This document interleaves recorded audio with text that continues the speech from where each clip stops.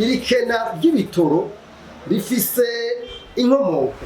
Twebwe tubona neza yuko inkomoko y'ikena ry'ibitoro rivuye cyane cyane kuri kwikena ry'amafaranga y'agaciro. Turakunda kubivuga ikena ry'amafaranga y'agaciro mwa kino gihugu cyacu biraboneka neza yuko ari ingorane, kuko aha byagomba kuva ibi bintu bijanye n'amafaranga y'agaciro ni mwikawa.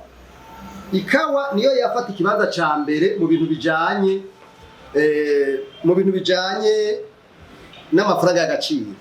Ariko ragenda babwire ko uno munsi turonka umwimbu wa 25% kwijana ku mwimbu twahora turonka. No kuvuga ko ikawa yaramaze kumanuka cyane 25% de production ijanye n'ivy'ikawa, kandi dufise ikawa yatuzana amafaranga menshi y'agaciro.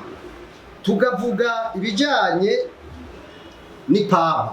Murazi mwese yuko umushikiranganje w'ico gihe Gede Rurema haraheze ndibaza imyaka 2 avuze yuko Kojeruko isa niyahomvye. Mwese mwaravyumvise. Ariko Kojeruko nayo yari mu bifasha kuzana ibintu by'amafaranga y'agaciro. Abagihendahenda ni icanye. Ariko iby'ubutare murabizi neza yuko leta yonyene ivuga ko ibice bishika 70% by'amafaranga ava mu butare atagaruka, cyane cyane inzahabu, ibyo twita la patrimoine. Hari abandi twagomba kubyazamwe amafaranga y'agaciro ni diaspora, abarundi baba mu makungu. Mugabo navyo uravyigene bifatwa biragaragara neza yuko navyone atari kirenga. Aha twovuga abanyamitahe baza kuzana imitahe mu Burundi, navyone ni kibazo.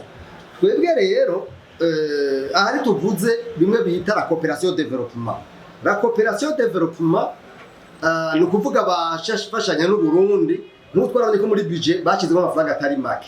Mugabo ibintu basaba ni ibintu tubona ko ari byinshi cyane bigoye gushira mu ngiro mu gihe tudahinduye ingene intwaro ifonctiona ikora mu Burundi, kuvuga l'administration.